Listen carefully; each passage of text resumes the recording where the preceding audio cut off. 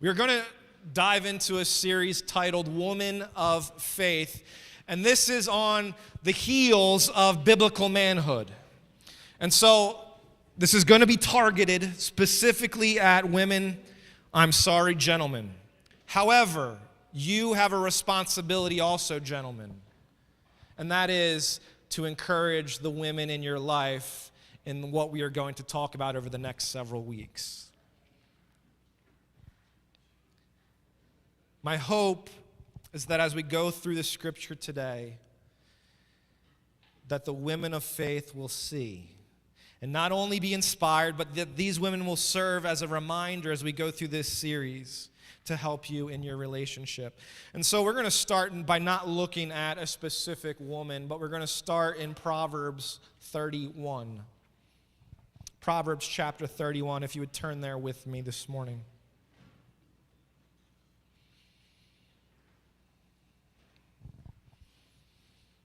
And I'm sure at every women's conference you've ever been to, they've talked about Proverbs 31. Proverbs 31, 10 through 31.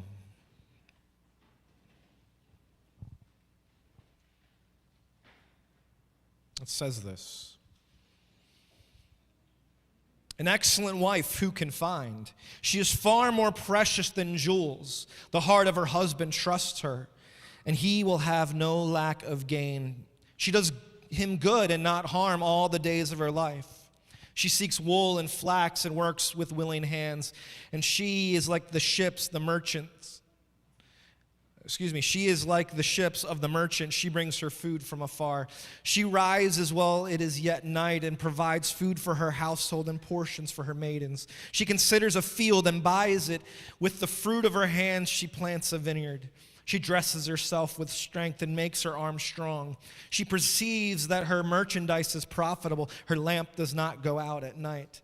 She puts her hand to the distaff and her hand holds the spindle. She opens her hand to the poor. She reaches out her hands to the needy. She is not afraid of the snow for her household, like today. For all her household are clothed in scarlet. She makes bed coverings for herself. Her clothing is fine linen and purple. Her husband is known in the gates where he sits among the elders of the land. She makes linen garments and sells them. She delivers sashes to the merchants. Strength and dignity are her clothing as she laughs at time to come. She opens her mouth with wisdom, and teaching of kindness is on her tongue. She looks well in the ways of her household and does not eat the bread of idleness. Her children rise up and call her blessed, her husband also, and he praises her. Many women have done excellently, but you surpass them all. Charm is deceitful, beauty is vain, but a woman who fears the Lord is to be praised. I give her the fruit of her hand, and let her works praise her in the gates. See, when we come to Proverbs and reading of things like Proverbs, we understand that there is something to be said as far as wisdom goes. That's the purpose and point of a proverb. Usually it's a short saying that you just spout off, and if you read most of the Proverbs in Proverbs, that's what they are. But here we see a whole list of information. And so a proverb can also be something that is stating a general truth or a piece of advice. And when we read them, then we must pay attention. Ladies, listen up. If you think about this, we go, Solomon must have written all of these proverbs because Solomon was the wisest man alive. Well, I want you to think about this with me for a minute. Here's the context of King Solomon from 1 Kings 11, 1-6. It says this: King Solomon, however, loved many foreign women besides Pharaoh's daughters, Moabites, Ammonites, Edomites, Sidonites, and Hittites. They're from the nations of which the Lord told the Israelites, you must not intermarry with them, for they will turn your hearts after their gods. Nevertheless, Solomon held fast to them in love. He had 700 wives of royal birth and 300 concubines, and his wives led him astray. Does this sound like a man who should be writing about women? Okay. Good news. Solomon didn't write this. This is a man called King Lemuel. If you look at the first part of your text there, starting above verse 1, it probably has a heading, Proverbs of King Lemuel, and that's how I'm going to pronounce his name, even if I'm saying it wrong. But it's good. So we don't have a guy writing who has many wives. We have a guy who seemingly maybe had one. But it says there in the top of the text that he was taught by his mother. And so he could even be writing about what his view of his mother was and how she carried herself. So whether it's his wife, which would be the queen, or his mother, the simple point is this, is that we need to pay attention as to what he is talking about. He says this woman that I'm going to refer to has seemingly done excellent and surpassed every one of them. And I want to put that tension on you women today. I want you to feel that tension this morning, and I want to help you through it. Have you done excellent? Have you surpassed every other woman? I would say probably not. And I want you to sit in that tension this morning. I want you to feel that. King Lemuel poses a question. An excellent wife, who can find? There must have been some searching that he did in looking around the world. He's trying to figure out who this woman, this excellent wife, could possibly be for him. And so that's the premise that he's going to lay out in the rest of these verses. Who can find this excellent wife? Who? Does she even exist? Is she a fairy tale? The answer to him is no, she's not a fairy tale. But when you find her, she is more precious than jewels. Think about this in terms of diamonds. We think diamonds are important in this day and age, don't we? No. Diamonds are a girl's best friend. This is what is said. Or diamonds are forever. Or he went to Jared. Okay. See, the jewels, the precious things, the things that we hold of high value. See, an excellent wife exceeds the value of the jewel. So when we think of diamonds, we think of these priceless and pricey things. An excellent wife, when you find one, exceeds everything, exceeds the jewels. What's interesting here, that the idea of an excellent wife, the word translated there is strength and might. Not just excellent, but a strong, independent woman who knows what she wants and knows how to get what she wants. This is what King Lemuel is trying to communicate here. A strong, independent woman that knows what she wants and knows how to get what she wants. But there's a caveat I want to point out to you. She's also a wife. Therefore, she has the responsibilities of a wife. And so when you read this passage, this section, we're going to talk about women in general. I'm going to use the word wife because he does refer to husbands later, so that's probably his target audience. However, women in general, King James would say woman there. So if you're reading the King James, just highlight that if you're single, okay? This is for all of you. But King Lemuel references husband. And the reason I'm playing this card and whatnot and saying it this way is because when you find an excellent wife, he's going to give us the criteria of what that means. And so she has relationships with many people in our passage today. And the first one I want to point out is with her husband. So this excellent wife, verse 11 says this, the heart of her husband trusts in her, and he will have no lack of gain. Verse 12 says she does him good and not harm all the days of her life. Verse 23 says her husband is known in the gates when he sits among the elders of the land. And so 3 times we have this idea, this reference to her husband. And so this first one, I was thinking about it in terms of this. Her husband trusts her. Well, that's sometimes very difficult, and if we think of our culture today, incredibly difficult. We see that women like to get over their husband and get mad, and somebody else pays attention to them, and then they seek the grass greener on the other side. We see this happening time and time again. I'm just unhappy. And while I will say to us men is we need to love and care for our wives, at the same time, women should be trustworthy. Not causing the man, your husband, to be worried about anything with regard to how you carry yourself, especially when it comes to other men. See, the divorce rates in culture are incredibly high. The church, less so. And that's a good thing. It's because when a husband and wife come together and when they worship together, when they have that in common, it's harder to walk away from those things. So the woman, the wife, should be a trustworthy woman that the husband does not have to worry about. Second thing that's said is she does him good, not harm. How many of you think you do good things for your husbands? You try. Okay. Well, good is ambiguous anyway, isn't it? Like, so whatever you're measuring with it, it's probably okay. It's like, it's good. It's subjective. But the idea here is that your husband is shown favor, right? He's the one that you're going to pay attention to. Moreover, you do good to him. You're pleasant with him. It's like you don't always have an attitude about everything that he does. Because, right, guys, we do dumb things sometimes. Yes, nod. Yeah, amen, right? Come on. Right? We do dumb things. But at the same time, she shows him favoritism. She is good to him.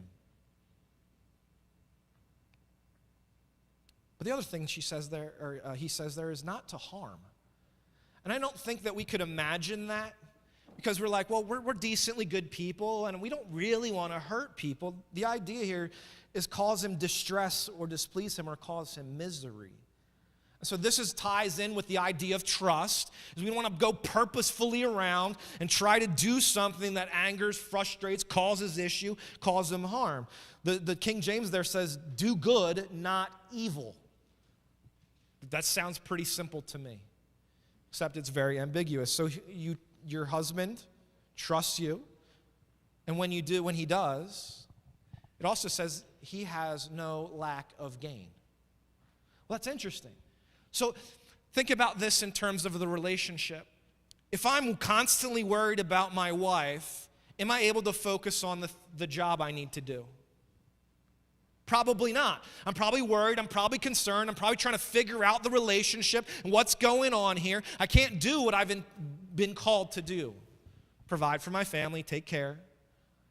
And so it's interesting that when there's that thing potentially is removed, when the worry is removed, a husband is able to be successful and no lack of gain. We hear this phrase often, and I'm sure you have too. Behind every great man is a what? Strong woman. So this is true. This is kind of the point that King Lemuel is pointing out today. He trusts her. He doesn't have to worry about her running around on him. He cares deeply for her, but she also shows him favoritism in a sense. And so this is kind of the relationship that she has with her husband. Well, what about anybody else, her household and her children? Verse 14 says this, she is like the ships of the merchant. She brings her food from afar. Verse 15, she rises while it yet is night and provides food for her household and portions for her maidens. 27 says this, she looks well to the ways of her household and does not eat the bread of idleness. Verse 28, her children rise up and call her blessed. Her husband also, he praises her. What's happening here is this idea that she's the one that provides for her family. She might even go afar in the case of what he's saying here to find that food. And I know the grocery store is like 5 miles away for most people, not that far. But it's the same idea. It's being able to take care of, it's being able to provide for her household. And so who's in her household? It's her children and her husband. But even more than that, it says she does this late at night. She gets up, she takes care. My wife gets up at 4:45 every morning, not to take care of herself also, but to get ready for the day. So this is the idea, and I'm not trying to raise her above but she is an excellent wife, okay? She is an excellent wife, but the point simply is this, is that's the idea. is that to get up, get the early bird catching the worm, all of those things to provide for her household. And not just her household. It says here, portions for her maidens. These are her female servants that are among the household. So she sounds like a rich woman right now, doesn't she? She's got servants. Whoa, hey, what are we doing here? At the same time, the point is this, is that she cares for everyone under her roof. Nobody is exempt from that. We would think of this in terms of when somebody comes into your house, how many of you put on these feasts for everyone that comes in just to celebrate and sit around the table and fellowship together. This is the idea I want you to see and understand. She cares for her household. But she manages. That's what it says in verse 27. She looks well to the ways of her household. She manages her household well. And for me to be able to do what I do every week, somebody's got to take care of the kids. And I thank God for Jen. This is the idea, though. Caring for, watching over, managing all the household, taking care of the things that are necessary. And quite honestly, it's incredible, or you're an excellent wife when you're able to do these things. It says in verse 28, her children rise up and call her blessed. And I don't want to get hung up on that too much, but in essence, what is saying, it's not like, I thought about this, waking up every morning and having your kids come in, you're blessed, Mom. I'm like, it's probably not what he's talking about. But it's more in lines of this idea that everything she does with her household and with her children make her happy. That's the idea. Even her husband, whatever she does, with all the work and effort she puts in, the managing of her household, the taking care of everybody under her roof, all of these things make her happy. Or another way to say that, she finds satisfaction in all that she does. So that's the house. That's the people that come into the house or under her roof. But verse 20 says this, she opens her hand to the poor and reaches out her hands to the needy. That's interesting, because what that would imply is that it's not just that she cares about her own things, is that she cares about those outside of her household. The poor, the needy, the ones that have nothing, the ones that are oppressed, the ones that are abused. She cares deeply for these people. It's not just inside, but it's outside, everywhere she goes. And what I want you to see is that she opens her own hand. She doesn't pay a service or go like, I'm going to give to this group and they take care of it. Not even to the church. It says she gives out of herself. She gives out of her own pocket. She provides for her needs out of her own hand. She doesn't need somebody else. She doesn't need a middleman to take care of these people. The bottom line is this, that her heart, the way her heart is, the compassion that she has, aligns with the actions that she takes. This woman who cares for the poor and needy out of her own hand. What about dress? How does this woman dress? Verse 22. She makes bed coverings for herself. Her clothing is fine linen and purple. Again, we've been kind of talking about this idea that maybe she sounds like a rich woman because she's got servants, she's got this, she's dressed in fine linen and purple. But I just want you to kind of understand some context here in this, or some thoughts that I had. It doesn't say she dresses like a lady of the evening, if you know what I mean. It doesn't say she dresses sloppily all the time. No, there's a point to the idea of clothing is fine linen and purple. The idea is that there's effort in how she dresses herself. There's effort into something. Think about this in terms of the color purple. Purple we think of as royalty, don't we? But what did they have to do in that day in order to make something purple? It had to soak. It had to be baptized in the liquid, the solution that was purple, in order to take on the color of purple. There was an effort that had to be done for what she is going to wear. Not only that, that word fine linen has the idea that something is bleached white. Think about this in terms of their time of when he was writing. The same process had to take place. Generally, you see everybody walking around in browns and grays and things like that because there was no effort necessary. You spun the wool, you made the clothing, and you moved on. But for something to be white, for something to be purple, there was all of this effort that had to be done, that had to take place. And if you look at that word, too, for fine linen, it's translated silk. There's an effort that has to be made in order for silk to be put together. But I also want you to think about this. The idea of the symbol of white is purity. She clothes herself in this idea, this purity idea. And purple, the idea of royalty, as I've said. And so there's more than just looking like a rich woman wearing some silky clothes, walking around the house in purple with her robe behind her. No, it's more and it's deeper than that. There's effort that has to be taken. There's effort that has to be given. Purity, royalty, as she clothes herself in these things. And so there's two things I'm not saying. Number one, don't go on a shopping spree. Man, you'll be thanking me later. Don't go on a shopping spree. But also don't think that because you don't have things like what he's describing here, that you're a second-class citizen. The point is simply this, is that you must understand your value. That's why she dresses herself in this fine way. She knows who she is. She knows what she is about. And she is going to wear an outward sign of how valuable she is. But what about her work? There's a lot in this passage about her work ethic. Starting with verse 13 says this, she seeks down by the seashore. She seeks wool and flax and works willing with her hands. Verse 16, she considers a field and buys it. With the fruit of her hands she plants a vineyard. Verse 18, she perceives that her merchandise is profitable. Her lamp does not go out at night.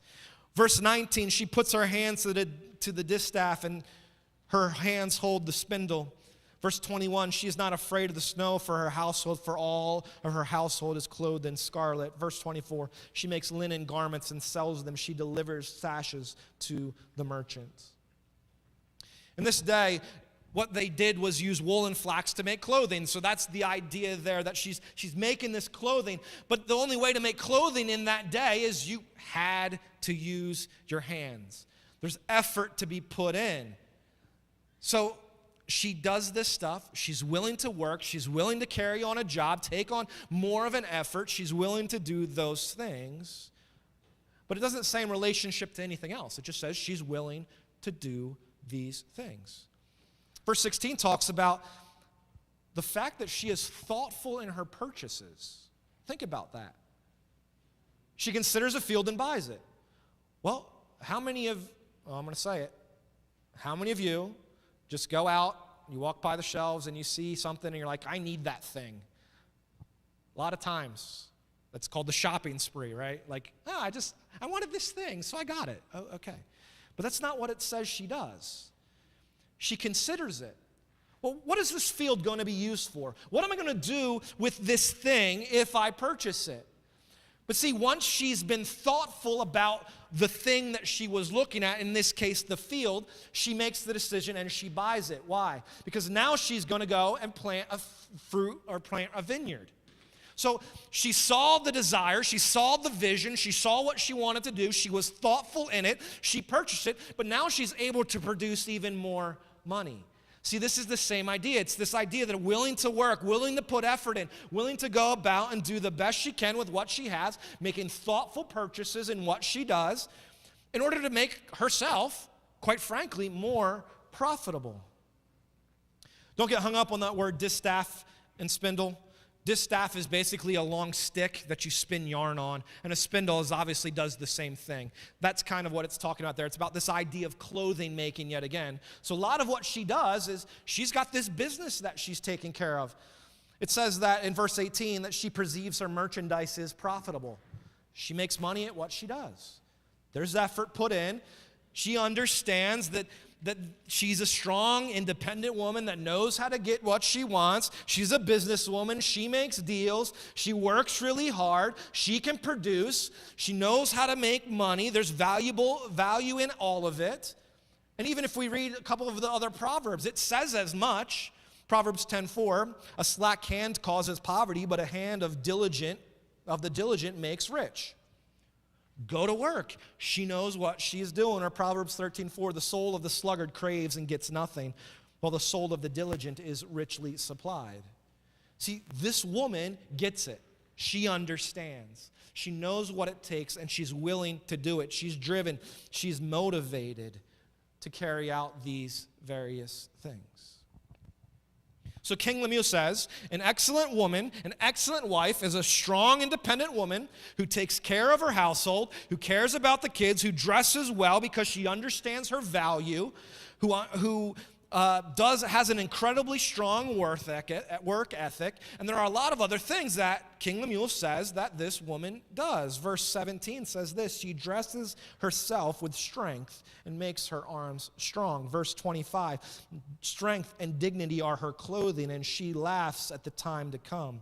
Verse 26, she opens her mouth with wisdom, and the teaching of kindness is on her tongue. She dresses herself with strength and makes her arms strong. I was thinking about this in terms of she works out. She cares about her body. She eats well. She does what she needs to do and to keep up her energy, right? It's difficult sometimes chasing kids all over the place, or it's difficult times even in a job or a workplace, and you need to keep your energy up. You need to take care of yourself. She, the woman that he's describing, this excellent wife, dresses herself in strength, but makes her arms strong. She knows how to take care of herself, and that is an important characteristic that I think a lot of women don't understand. I'm going to harp on this a little bit. Because you like to run around, you like to care, you like to do everything for everyone, and yet if you're not taking care of for yourself, how are you able to continue on? You're going to burn yourself out, and it's going to be a struggle and a stress. Take care of yourself. This is what an excellent wife or woman does. It says 25, strength and dignity are her clothing. Well, here's another clothing thing. But I was thinking about this in terms of this. We kind of talked about physically strong already, but I was thinking about both emotionally and mentally and spiritually strong. See, there are more categories to a woman than simply you worked out and you got strong and that was cool. No. There's levels, there's depth. Strength, strong emotionally. See, this is the idea of everything that happens to you doesn't just knock you off your game. It's okay to cry, and it's okay to get upset, and it's okay to get frustrated. That's not what I'm saying. What I'm saying is that there's not a prolonged experience in these because you are strong in your emotions. You know what your desires are. You know you want to please and serve God. You know these things. And so when a bump comes along, it doesn't always derail you. Same with mentally. Mentally, it's difficult in just general to live in this world as it is, especially without Christ. But it's just difficult because we have to think about. And if you think about in terms of all the things we've talked about so far, business and kids and the maidens and all of these things that she is doing, it's got to be mentally exhausting also, but it still says strength. She's strong. She gets it, she understands, and she takes care of herself. The one I want to highlight is this idea, is she doesn't allow a weakness or a deficiency stop her from doing what she knows she needs to do. She doesn't allow a weakness, well, I'm stressed and I'm struggling, I'm frustrated, or a deficiency, I don't have the skills or ability, to stop her from doing what she knows she needs to do. Emotionally strong, physically strong, spiritually strong, mentally strong. This woman has strength. But it says also that she has what? Dignity.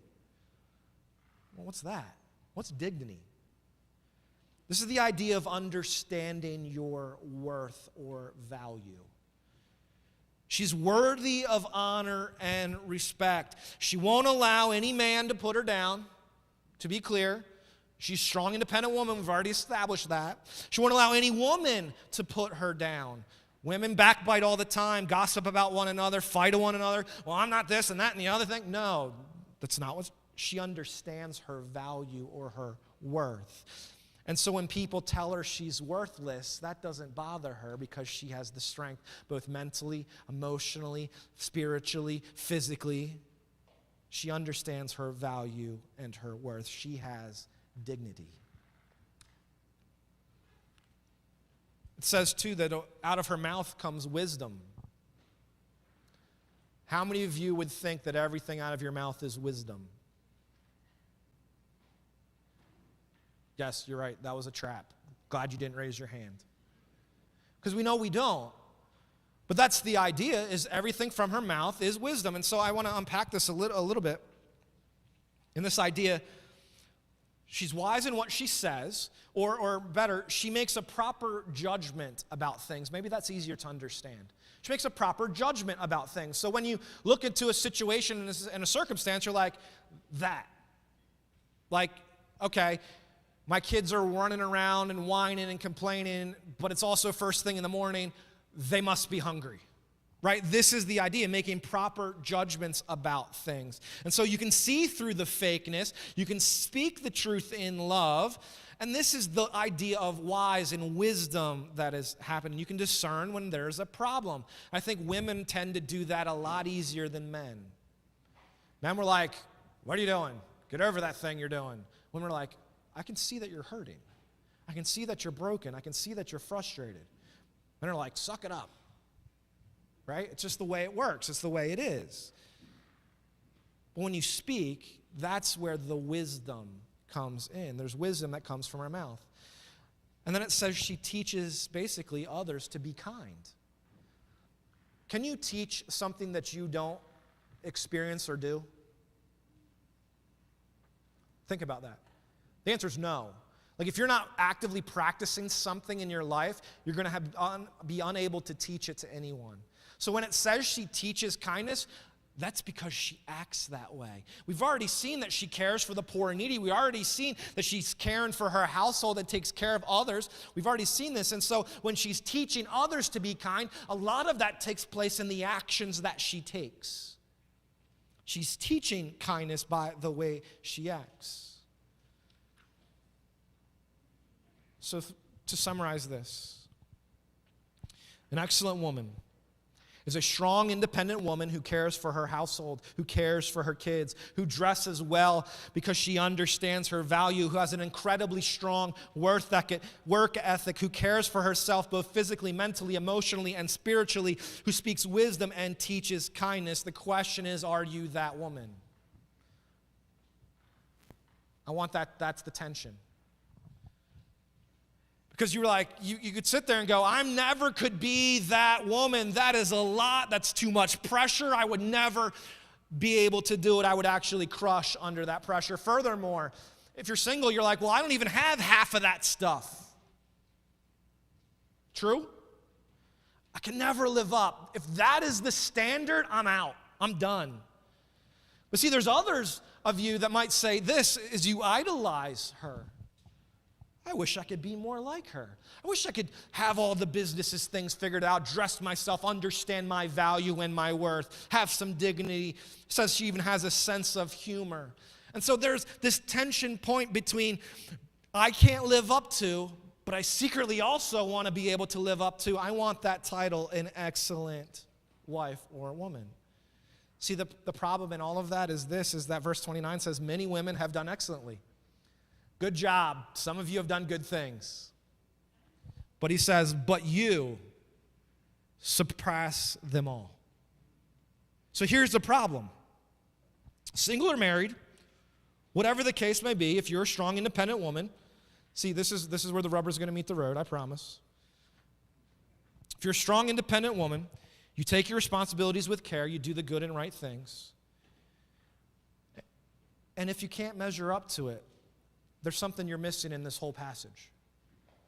I want you to stay with me. There's something you're missing. There's a key to all of this, to all of the above, that you don't have to achieve perfection, that you don't have to even pretend to be able to do all of those things, there is a key element.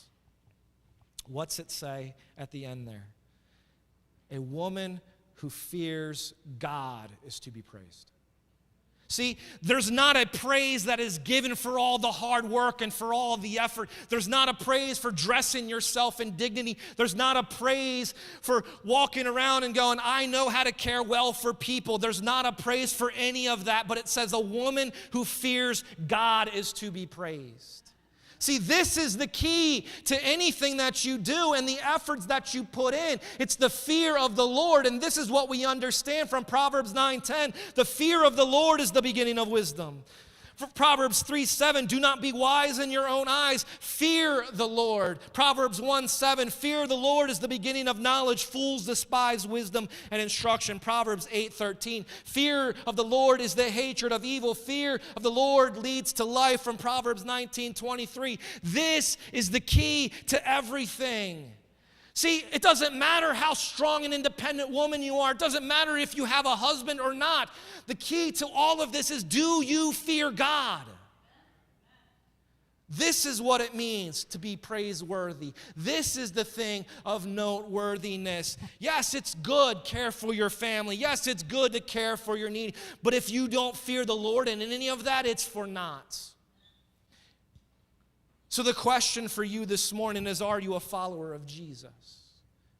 Are you taking to heart his teachings? Are you living the Christian life? Are you in fear of the Lord? This is not a scared thing, and we know and understand that. This is in awe of our Creator, the one who made you in his image and his likeness. Are you in awe of him?